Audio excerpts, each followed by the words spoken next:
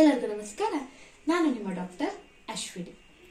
ಇವತ್ತು ನಾನು ನಿಮಗೊಂದು ಯೋಗಾಸನದ ಬಗ್ಗೆ ಹೇಳೋಣ ಅಂತ ಬಂದಿದ್ದೀನಿ. ಯಾವ್ದಪ್ಪ ಇದು ಯೋಗಾಸನ ಅಂತ ಯೋಚನೆ ಮಾಡ್ತಿದ್ದೀರಾ? ಅದೇ ವಜ್ರಾಸನ. ಹೌದು, ಈ ವಜ್ರಾಸನ ಮಾಡೋದ್ರಿಂದ ನಿಮ್ಮ ಬಾಡಿ ವಜ್ರದಂತೆ ಗಟ್ಟಿಯಾಗುತ್ತೆ. ಈ ವಜ್ರದಂತೆ ಗಟ್ಟಿಯಾದ ಬಾಡಿ ಬೇಕು ಅಂದ್ರೆ ಏನ್ ಮಾಡ್ಬೇಕು? ವಜ್ರದಂತೆ ಗಟ್ಟಿಯಾದ ದೇಹ ಬೇಕು ಅಂದ್ರೆ ಏನ್ ಮಾಡ್ಬೇಕು? ಈ ಆಸನವನ್ನ ರೆಗ್ಯುಲರ್ ಆಗಿ ಮಾಡ್ಬೇಕು. ಮತ್ತೆ ಇನ್ನೊಂದು ವಿಶೇಷ ಏನ್ ಗೊತ್ತಾ ವಜ್ರಾಸನದ್ದು?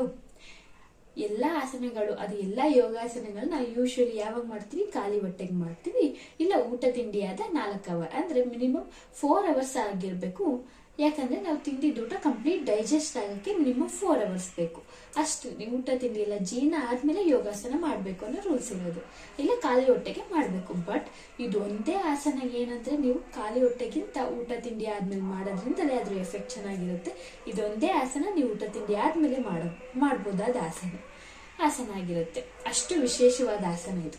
ಯಾಕಂದ್ರೆ ಇದು ಮೇನ್ ಆಗಿ ಎಲ್ಲ ಆಕ್ಟ್ ಮಾಡುತ್ತೆ ಅಂದ್ರೆ ನಾವು ಡೈಜೆಸ್ಟಿವ್ ಸಿಸ್ಟಮ್ ಮೇಲೆ ಆಕ್ಟ್ ಮಾಡುತ್ತೆ. ನಿಮ್ಗೆ ಯಾವುದೇ ಡೈಜೆಸ್ಟಿವ್ ಇಶ್ಯೂಸ್ ಇದ್ರೂ ಈ ಆಸನ ನಿಮ್ಗೆ ತುಂಬಾ ಉಪಯೋಗ ಆಗುತ್ತೆ.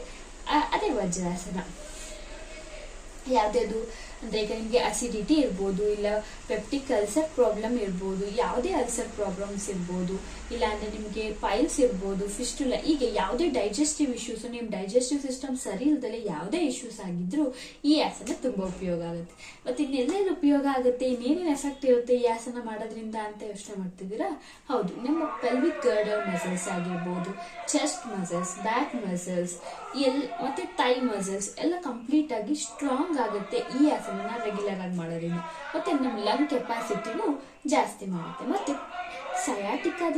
ಸಯಾಟಿಕಾ ಇರೋ ಎಲ್ಲ ಪೇಷಂಟು ಇದನ್ನ ರೆಗ್ಯುಲರ್ ಆಗಿ ಮೆಡಿಟೇಟಿವ್ ಆಸನ ಆಗಿ ಯೂಸ್ ಮಾಡೋದ್ರಿಂದ ಅವ್ರ ಸಯಾಟಿಕಾ ಪ್ರಾಬ್ಲಮ್ ಕಡಿಮೆ ಆಗುತ್ತೆ. ಇಷ್ಟು ವಜ್ರಾಸನದ ಉಪಯೋಗಗಳು. ಇಂತಹ ಇನ್ಫಾರ್ಮೇಶನ್ಗೆ, ಇಂಥ ಕಂಟೆಂಟ್ಗಾಗಿ ನನ್ನ ಚಾನಲ್ಗೆ ಸಬ್ಸ್ಕ್ರೈಬ್ ಮಾಡಿ. ನಮ್ಮ channel name pure I. Thank you.